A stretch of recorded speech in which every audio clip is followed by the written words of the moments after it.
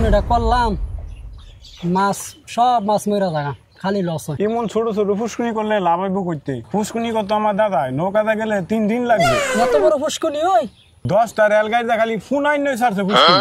এই কই যাস রে? কিরে তোরা এনে বসে কিসের আলাপ করতেছো দুইজন? আর মাছের আলাপই করতাছি, একটা মাছ নাই। এই মেঘের মধ্যে আমরাই বাড়িতে পারি না, মাছ আইব করতে। মাছের কি সাথী আছে? বিজা যাইতো কেনা?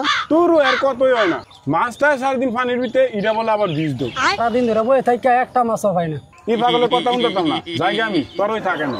কি কয় না কয়, মাছ বলে যাবো কা বীজ যা, তোর কেন থাক গেলাম আমি। হ্যাঁ দাদার বলে 10টা রেলগাড়ি লাগে খালি পুকুরের মধ্যে ফুনা ছাড়তে, এটা খুব বিবেকের কথা। আমরা কইলে ওই পাগল ছাগল, আমরা পাগল ছাগল হয়ে গেলাম। ধর তোরা লাগে দুটা কেক আনছিস, ধর আরে বেটা কারাগারি করছিস, ধর দুজন লাগে দুটো আনছিস। তুই তো খাওয়াবার ফিলান না রে, আচ্ছা খাওয়াইতেছিস কি ব্যাপার? মানুষের বিবেক বলতে কিছু আছে?